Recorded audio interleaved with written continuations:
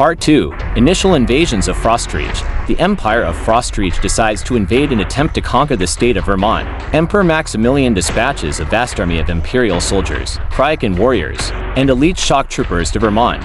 Under the command of his most trusted general, Sir Frostbeard, the army marches through the snowy woods and across frozen lakes, their boots crunching the icy ground as they advance towards the state capital.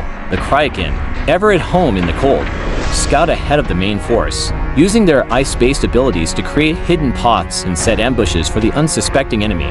Meanwhile, the people of Vermont, aware of the impending invasion, prepare for a fierce resistance. They form militias and barricade the roads, determined to defend their homeland at all cost. News of the Empire's advanced technology and overwhelming military might only serves to steel their resolve, as they remember the stories of their ancestors who fought off British invasions. During the American Revolution, the Imperial Army reaches the outskirts of the state capital, a picturesque city nestled among the Green Mountains. Sir Frostbeard orders a feint attack to draw out the Vermont militia, while the main force circles around to attack from the rear. The Kraken, perched atop ice towers, use their frigid breath to create clouds of fog that obscure the enemy's vision, aiding in the confusion. As the battle rages on, the city's residents hunker down in their homes, lighting bonfires in their fireplaces to ward off the cold and the Imperial forces alike. The Vermont militia, under the command of General Putnam, launches a series of counterattacks against the Imperial Army. They employ guerrilla tactics, striking swiftly and disappearing into the snow-covered woods before the enemy can respond. The Kraken, with their keen senses and ability to move effortlessly over snow and ice, prove invaluable in tracking down the elusive Vermonters. Despite their best efforts, the Empire's superior numbers and technology eventually begin to take their toll. As the battle reaches a critical juncture, Emperor Maximilian decides to intervene personally. He rides forth at the head of an elite force of shock troopers, his mighty ice sword gleaming in the moonlight. The sight of their fearless leader inspires the Imperial forces to redouble their efforts, and they push forward with renewed vigor. Sir Frostbeard, meanwhile, has managed to flank the Vermont militia, trapping them between two groups of his soldiers. The Kraken, using their ice powers to create a slipstream, create a path of sheer ice through the river that flows through the city, allowing the Imperial forces to cross and cut off General Putnam's retreat. Cornered and outnumbered, the Vermont militia puts up one last desperate stand, but they are no match for the might of the Empire. Emperor Maximilian and his shock troopers engage in a fierce duel with General Putnam, their blades clashing and sparks flying as they trade blows. Despite the valiant efforts of the Vermont general, he is eventually overwhelmed by the sheer skill and determination of the Emperor. As General Putnam falls, the remaining resistance crumbles, and the city surrenders. Sir Frostbeard, seeing the battle won, orders his troops to halt their pursuit of the fleeing militiamen. He turns his attention to the city's citizens, many of whom have taken shelter in their homes. The Kraken, still atop their ice towers, survey the city, their gazes cold and impassive. The Imperial soldiers, on the other hand, seem to revel in the victory, their faces flushed with excitement and adrenaline. Emperor Maximilian, surveying the scene from atop a snow-covered hill, addresses his troops. Today, my loyal subjects, we have added another jewel to our empire. But let us not forget the sacrifice made by our brave soldiers and the courage shown by our foes. As we begin the process of rebuilding and restoring order, let us also remember the lessons learned here. Vermont will forever be a part of our great nation, and it is our duty to ensure that their culture and traditions are preserved. The Empire of Sunhaven decides to attempt to research magical portal teleportation. Emperor Travis and Lord Alaric, now allies and friends, set aside their differences and begin to pool their resources. They gather the greatest minds from both their kingdoms to work on this ambitious project, creating a magical portal that can transport people and objects across vast distances in the blink of an eye. They draw upon ancient texts and artifacts, studying the secrets of magic and portal technology left behind by the long-vanished civilization that once worshipped the god entity.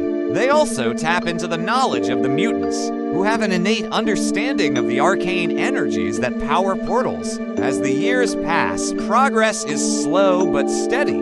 They build a massive research facility hidden deep within the heart of the Empire, far from prying eyes. Here, they experiment with different methods of harnessing magic and creating stable portal technology. They succeed in creating smaller, localized portals that can transport objects and people over relatively short distances. But they still have yet to master the technology needed for long-range travel.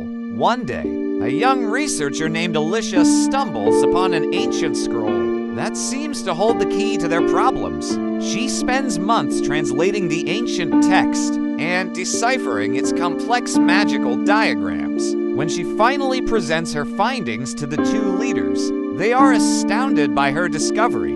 The scroll contains the blueprints for a massive magical device, capable of creating a portal large enough to transport entire armies and fleets of ships. Excited by this breakthrough, Travis and Alaric gather their most skilled engineers and mages to begin construction of the portal generator. The project takes several years to complete, as they must carefully craft the massive crystals and align them within the intricate network of magical runes etched into the stone. Finally, the day arrives when they are ready to activate the portal generator. With a roar of primal magic, the generator comes online, and a shimmering portal appears in the center of the chamber. The two leaders, filled with a mix of awe, fear, and determination, step forward to test the device. They nod to one another, taking a deep breath before stepping through the portal. As they emerge on the other side, they find themselves in the heart of the ruins, where the ancient god entity once dwelt. The portal generator has successfully transported them across the continent to the very location where the threat of Sapintia first arose. The state of South Carolina alone is struck by a disastrous solar flare. The Empire, still reeling from the aftermath of the attack on Vermont, scrambles to respond to the crisis in South Carolina. Sir Frostbeard and his Ice Legion, along with the Kraken, are immediately dispatched to aid in the recovery efforts. Emperor Maximilian, however, remains in Vermont to oversee the integration of the newly conquered state into the Empire. In South Carolina, the initial impact of the solar flare is devastating. Power grids collapse, communications are disrupted, and vital infrastructure is crippled. The people of the state are left to fend for themselves in the face of widespread chaos and panic. Sir Frostbeard and his forces arrive within days, bringing with them supplies, medical aid, and a sense of order. The Kraken, with their unparalleled senses and control over ice, work tirelessly to repair damaged infrastructure and restore power to critical facilities. The recovery effort is hampered by looting and lawlessness, but Sir Frostbeard's Ice Legion quickly restores order. They establish checkpoints and patrols, ensuring that aid and supplies are distributed fairly and efficiently. The Kraken, meanwhile, continue to work behind the scenes, using their abilities to rebuild and repair the state's damaged systems. Weeks pass, and the initial crisis begins to subside.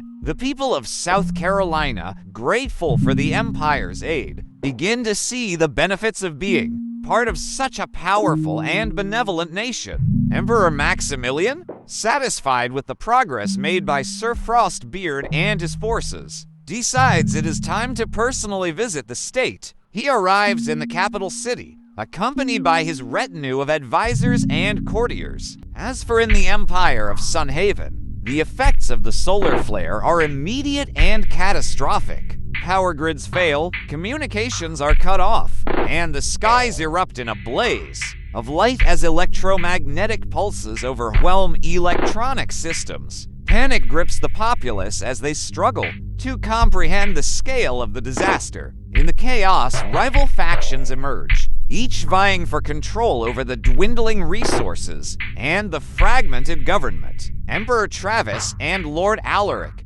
still recovering from their journey through the portal, are alerted to the situation. They quickly rally their forces and begin the long march back to their homelands, hoping to restore order and stability. Along the way, they encounter resistance from various warlords, and mercenary bands who have taken advantage of the crisis to seize power. Travis and Alaric must use all their cunning and military might to subdue these threats and re-establish their authority. In the Empire of Sunhaven, Grand Vizier Amun steps up to fill the power vacuum left by the Emperor's absence. He declares himself the rightful ruler and begins to consolidate his control over the kingdom. However, he is not the only one with ambitions. A mysterious figure known only as the Shadow emerges from the shadows, gathering a secret army of mutants and other outcasts. They begin a campaign of sabotage and guerrilla warfare against Ammon's forces,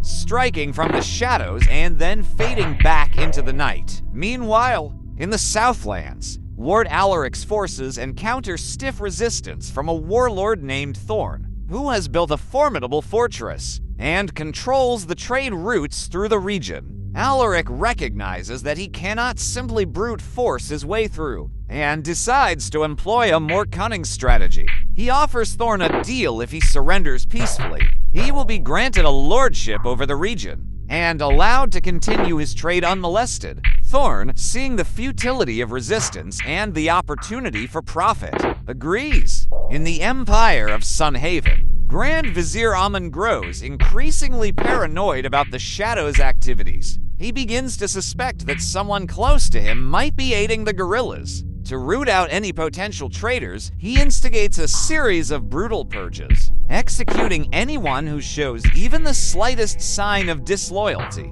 This only serves to further alienate him from his subjects and strengthen the Shadow's cause. Meanwhile, Lord Alaric establishes a peaceful trade agreement with Thorn, allowing him to continue his trade unmolested. Thorn, true to his word, remains loyal to Alaric and aids him in his campaign against other warlords in the region. As they work together, they form a strong bond of respect and trust. In the Empire of Sunhaven, Grand Vizier Ammon's reign of terror continues as he tightens his grip on power. The Shadow's guerrilla tactics grow bolder, striking at key targets and sowing chaos throughout the land. Amun becomes increasingly paranoid and unstable, convinced that everyone around him is a spy or a traitor. His decisions become erratic, and he begins to lose the support of his people and his generals. Emperor Travis, finally returning to South Carolina, finds the state in disarray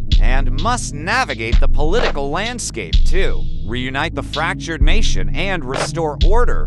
In the Empire of Sunhaven, Grand Vizier Ammon's reign of terror reaches its climax as his paranoia drives him to commit increasingly reckless actions. The Shadow, emboldened by Ammon's unraveling, launches a series of daring attacks on the capital, striking at the heart of the Vizier's power as the Empire teeters on the brink of collapse. A faction of nobles and generals, tired of Ammon's rule, conspire to depose him and restore stability to the land. Meanwhile, Lord Alaric and Emperor Travis continue their campaigns to bring order to their respective territories. Alaric's diplomatic efforts with Thorn pay off as they successfully unite the Southlands under a common banner. Travis, faced with the chaos in the north, must navigate the complex web of alliances and rivalries among the warlords, seeking to establish himself as a just and respected ruler. In the Empire of Sunhaven, the rebel faction led by the nobles